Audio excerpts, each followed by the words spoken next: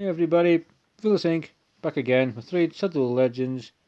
And how are you all? How has your weekend been? Hope it's been fun. Hope you've had the time of your life. So, in this video, we're going to be taking a look at a Sacred Order champion, one that I had at 50 and I made level 60. And this champion really kind of helped out. I say that she did, but maybe she didn't. Maybe I played very cleverly, but making this champion level 60 is something that you should probably do anyway, and it is Cardinal Sacred Order Support Epic Champion. Let's take a quick look at the armour and whatnot. Boots are badass, I'm just going to say. Never actually taken a very close look at the boots, but yeah, they're pretty badass. So she's a Sacred Order champion, and she's a very good kit, and she does, I think, something nobody else in the game actually does, so she's one of a kind. So first and foremost, take a look at the base stats. So almost 17,500 HP, which is alright. It could be slightly higher. I won't be picky. Attack irrelevant. Defense 1145. Anything over like 1,000. I've always said it's quite nice, but 1112 for Cardinal, based on her kit, would have probably been better. 104 speed makes her very quick, which most champions should be around 100. I think the game needs to kind of evolve to that point where we're not building a champion for end game but they have like a 92 base speed. It takes away your ability to get accuracy, resistance, other stats you might need. Crit rate, crit damage, unless you've got time to kill and a good account, is kind of pointless. I've never seen anybody do a Savage Cardinal. Resistance, base of 30. Accuracy, she has none. She has one piece at level 14, and she currently sits at 63,000 HP, 2.8k defense, 209 speed, 363 resistance. This build slightly changed a little bit. Slightly changed, and the reason she became 6-star was I was doing the Sacred Order faction, and it's bloody annoying. Bloody annoying. I believe she is unmastered at the moment. I don't even know if she's booked. But she does have Evaporation, which is a very cool name for an A1. 10% chance, 20. You do get a place in a poison debuff for 2 turns, so it's not anything too special. Not nothing that we're going to primarily build her for. Mending Touch. This is a pretty nice move. Heals a target by 30% of their HP. So if you take Cardinal in with high HP champions, like a Kresk, or if you have like a high HP Magnar, or HP would be, let me think, the Skillwalker dude, does the cleanse, Hakon Smash Lord. They could be quite cool. She could also be a very good progression champion. If you pull her very early in your game, she'll help you go up most of the dungeons. She'll help you pretty much do whatever you need, and she is fantastic for the faction wars because she has the kit you're going to need. Also, on top of that heal, you get an increased defense, the big version for 2 turns. So the heal comes in, and the respective heal that is.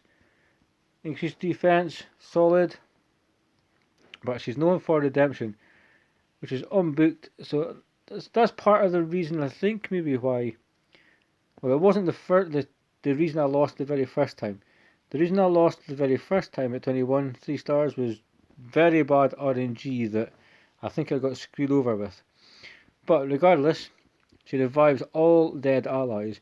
So basically everybody. This is also fantastic for arena strategies. She revives everybody, heals them by 25% of their own HP, and boosts their turn meters to max. Boosts their turn meter to max. If it says boosts their turn meter 100%, that doesn't mean that it's full turn meter. Basically, boosting their turn meter to max completely fills the turn meter. The turn meter is like 1400 plus. There was a video a long time ago, I think it's like 1427 or some random number, like for all the text that you've got on your turn meter, it's not 100%. So likewise, when you see moves that say reduce turn meter by 100% or whatever, and they still have turn meter left, that move is taking away 100% turn meter, but it's not fully depleting it. Like, for instance, I think Cold Heart's Heart Seeker does that. So this redemption move is one of a kind. So revive everybody, give them a 25% heal, which is all good. Arbiter does that with a different heal. Duchess does it. There's other revives that heal people and give them HP, but nobody will boost their turn meter to max as far as I'm aware. Meaning, as soon as you revive your allies, they're going to go first. Does it matter in Arena, Doom Tower dungeons, if there's a fast Arbiter, Alessandra, if there's a Candrathon, a way to A1 your whole team? Doesn't matter if there's... Doesn't matter how much turn meter they have. Boosting their turn meter to max officially means that they're going to go next. And it's great for strategies in the end kind of game for Arena. Progression, I would think, maybe mid-game also.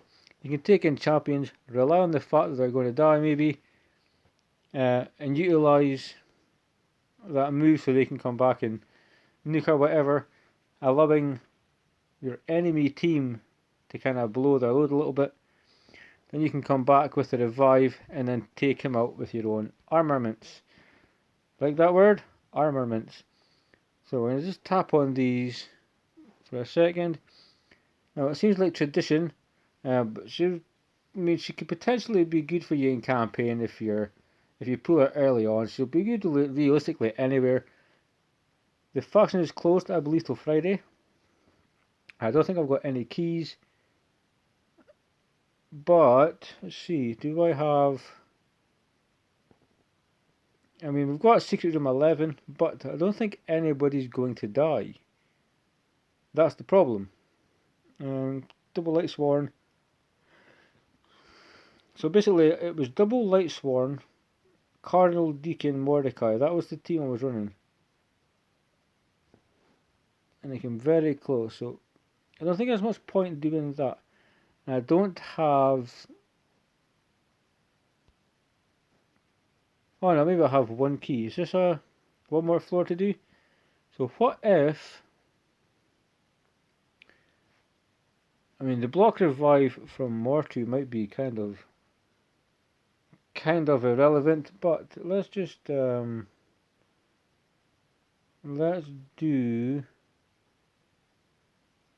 take Raw Guard for a bit of wave clear. He's built okay, but he's built to the point where he could potentially die. And we'll see. I'm just thinking whether we need trying to think if I can be cocky and remove her and kind of hope somebody dies. Let's see, because Rotos may just get very angry. He may just get pissed off and just nuke everybody. We really don't know. A2, boom, so he's keeping his A3. If you go here, I want to just see if I can get... I want to see how many A1s I can get on the... Oh, never mind. Okay, let's just go here because we have no decreased defense. Sky Touch, Morty Macabres. Very interesting passive here. We'll have to remember that we cannot... If we get killed, we're done for. Block revive. But if anybody else... What? Peril? Oh, okay. I was kind of afraid that was going to happen. So... Oh, you son of a bitch. You just cleared it. Okay, so maybe we needed to get past the Mortus. Maybe this was a bad wave. Let's see if we can go to a... We can go to like 108, 107. And I'll take in like a 4-person team. And see, so let's get rid of you. Let's get rid of you. Right, you're going for sure. There's a revive, and all we need is some damage. So let's just see if we can improve our point with 3 people. It's not about completing the floor. It's about just, rather than going to dungeons, which we'll probably still do like a Dungeon 20 run. We'll probably still do an Ice Golem run. I've never really used her that much in Spider. You could potentially use her in Clan Boss as well, if that was something that you needed to do, by all means. Fire Knight, early game, yes, you kinda, later on in Fire Knight, you kinda rely on your debuffs to assist you, but early on, yeah, you just kinda power through him and try to nick his ass, so she could help you enough, to be fair.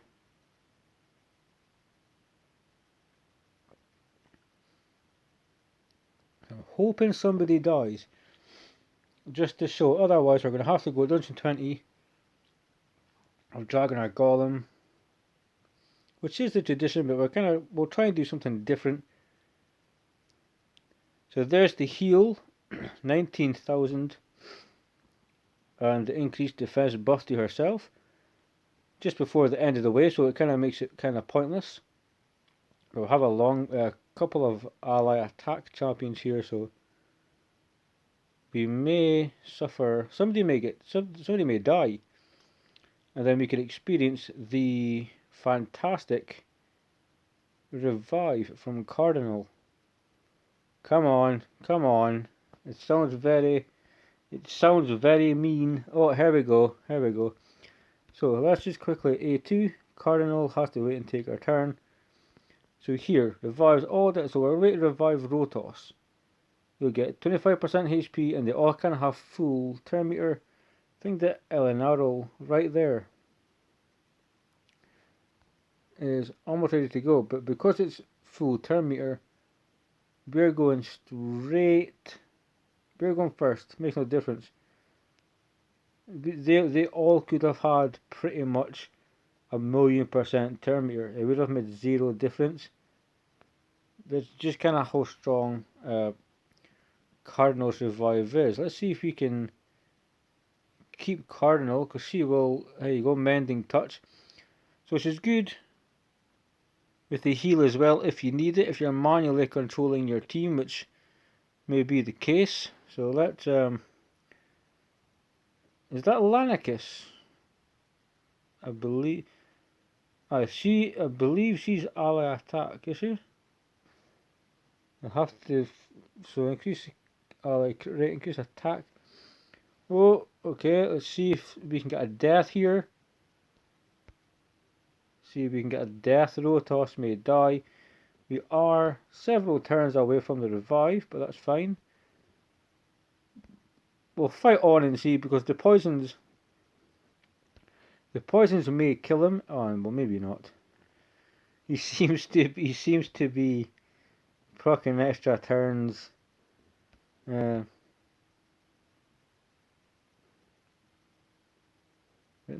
we'll see. We can also jump on in here. 15,000 HP heal. So she is quite good. If you're on auto, she's just as good. If you're manually controlling it, she can be extremely clutch. So we'll jump into dungeons in a minute. Redemption, boom, straight away, straight into Midnight Ritual, straight to the strip of buffs.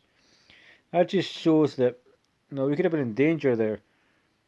We could have had multiple people ready with increased attack, increased rate, increased crit damage, all these buffs, and to have a Ceres be revived and basically strip all that off to reduce the damage that we're going to take can be can be really good. So Fire Knight, we'll have a quick look in Dragon. Yeah, we'll see Dragon 25, I think.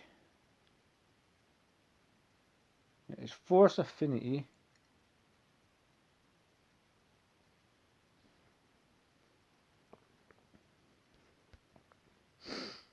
try 23 because I think if we try 23, because the nukers. So let's say we're taking Ninja to fight the dragon. We're obviously going to take in. Let's take in. Where is he? Where is he? Stagnite, because he's fantastic. Let's not beat around the bush. So we need wave clear now. We've got a bit of CC. We need wave clear. We need wave clear as much as we need damage, so we could get some damage from him. And I mean, we could potentially. I mean, I could take in Mordecai. I mean, we have the freeze from Ninja. Mordecai could be a random pick, but it's, yeah, why not? It's a very random team. I suppose it beats just going War Maiden and like Kale and whatnot.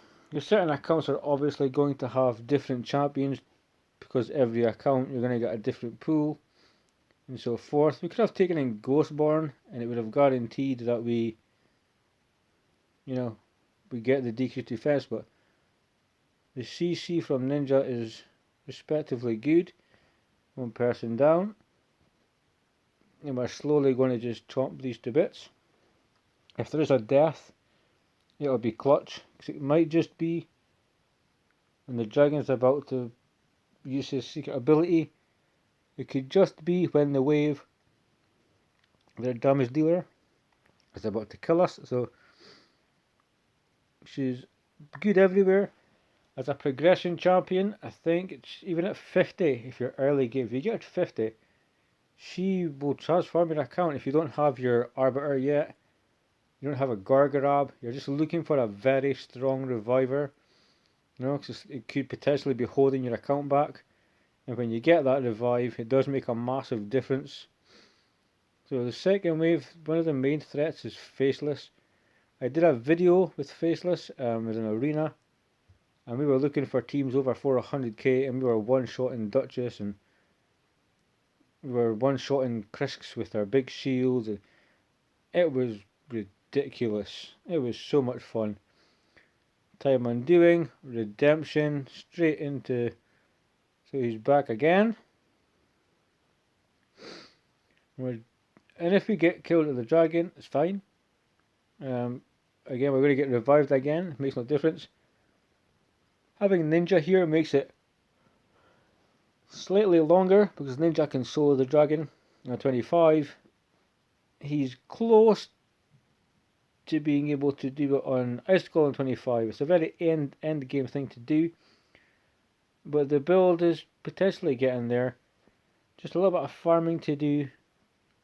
Some subs to change and will be golden. If we can create armor and we can pick our sub at a cost of silver or whatever, we should be able to do that. We should be able to say, I'm going to make a shield with HP percentage, defense percentage, speed and accuracy, and then the next one can be resistance. That would be fantastic. Revolutionize kind of how people build champions.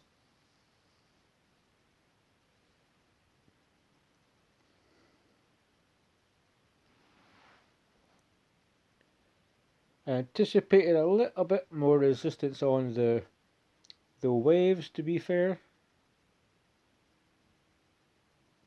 So come on, I would like the dragon to kill someone. So there you go, he's dead. Can we get a revive? There you go, straight away. So fantastic. If you have her booked, it helps. You can then give her Master Race, try to get that cooldown every turn. Pair her with like a Renegade. Then potentially you'll have that on like a 2-turn cooldown, a 3-turn cooldown, which would be fantastic. We're just going to sell that straight away. I believe Ice Golem. No, we'll stick with Ice Golem 20 because it is a very difficult dungeon to do. Doing 22 or like 24, 25. It's extremely difficult, so we will see the block revive thing. I've got Rotos for that, and it's really good. And I mean, we'll take him in anyway. People are gonna say they don't have him, but you know, accounts are like accounts are. I'm trying to look for. So you got him, correct affinity. I'm not trying to take in teams that are full of legendaries. Although Rotos says you do have block revives that are epic champions and rare champions. So let's. There we go. Let's just take in a team. So he's going to get slammed. And we'll take in him as well. Because Miscreated Monster, you will take some damage. So the shields along with her revive or heal. And given that it's like a 7-turn cooldown,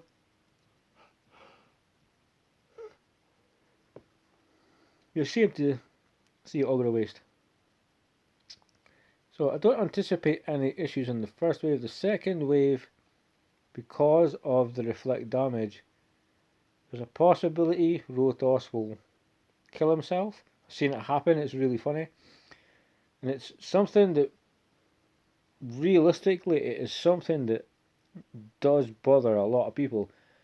I used to come in here with Apothecary, Miscreated Monster, Kale, Nethril, and somebody else. And basically it was Miscreated Monster and Nethril that controlled this whole wave as far as stuns. Took their turn meter down. And that was probably a couple of years back when it was like 5-6 minutes for a run, or sometimes 5 minutes getting to the boss. But the control of this, the control in stage 20 getting to the boss is, you know, no more difficult than the mechanic of the boss himself. Okay, can we get a revive soon enough? Come on. Yeah, if we can get one more death or... Okay, the whole team is coming back. Come on. Bring the team back. How far off are we here? We can. He doesn't have high crit, so we're not going to target. The 3 turns, let's just see. This is quick enough, we should be okay with the protection from Mr. Monster here to get the team back. I am going to heal her anyway, because you never know just what will happen. We're not going to proc a retaliatory blast again, because Miscreated Monster just has no crit rate whatsoever, highest HP. So there we go, boom, the whole team is coming back.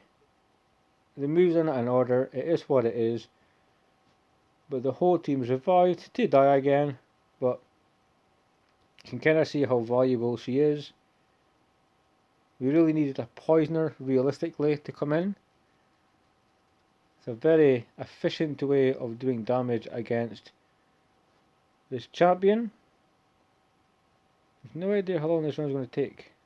I don't see us losing. I just see it taking X amount of time.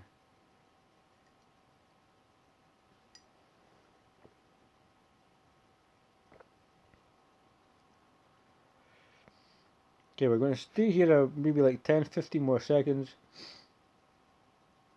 I'm not sure how many turns off. Okay, Redemption is back.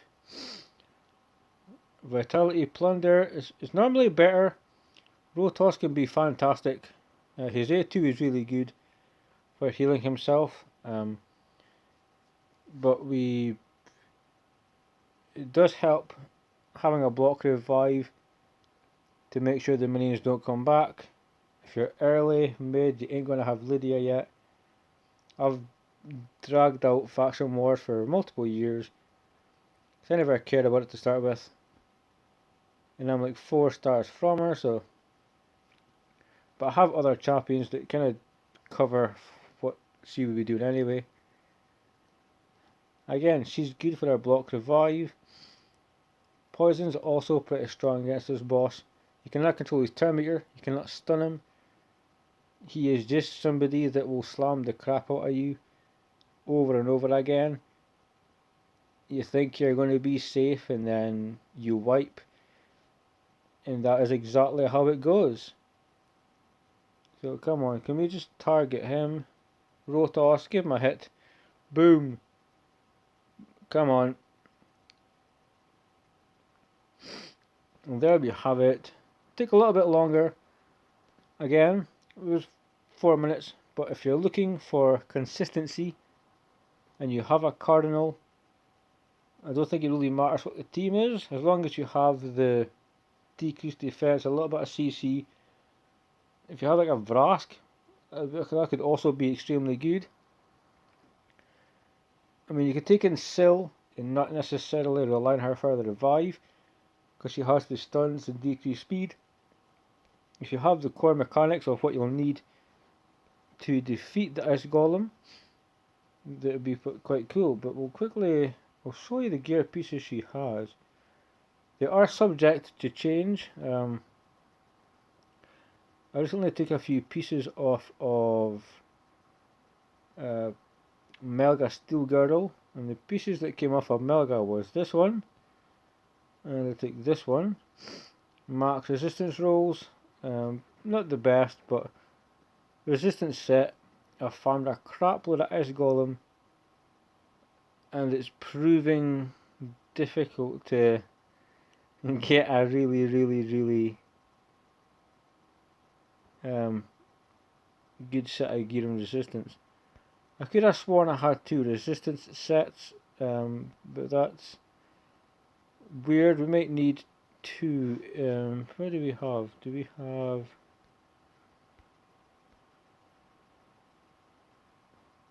Have resistance, but we lose 2000 HP. Until realistically I finish faction wars, I kinda want to keep the build she has. But yeah, so we've just basically got speed, resistance, defense, resistance, speed, HP. No resistance, but the speed and HP is also really good. Speed, defense. Defense is good to make her tanky. The resistance chest will come after faction wars. Speed boots, I believe it's. What do we have here? Defense on the ring. The game is being very laggy for some reason. It's so irritating. So defense, 18% defense, 12% HP. Nice enough HP. With a double resistance roll and a resistance banner. 18 speed, not too shabby. Attack is pointless, but pretty much that's the build for us now. That is Cardinal. And yeah, don't sleep on her. I had her for such a long time, and I noticed a major difference. It was night and day when I made her a 6-star champion. So don't sleep on her if you're just starting out in the game and you get a void from somewhere, boom, and it's Cardinal. As an early game player, you're going to progress so far because that reviving her mending touch is going to be vital. Knowing that you have a revive allows you to change up how you're going to build your team. You can take in a bit more damage rather than a bit more support utility, so that'll do it for this one. But yes, she is absolutely worth your time as a 6-star champion. She is, quote, of a lot of people, the best reviver in the game. So guys, stick a comment down below what you think of Cardinal. Have a great start of your week. Keep raiding. Stay safe. See you next time.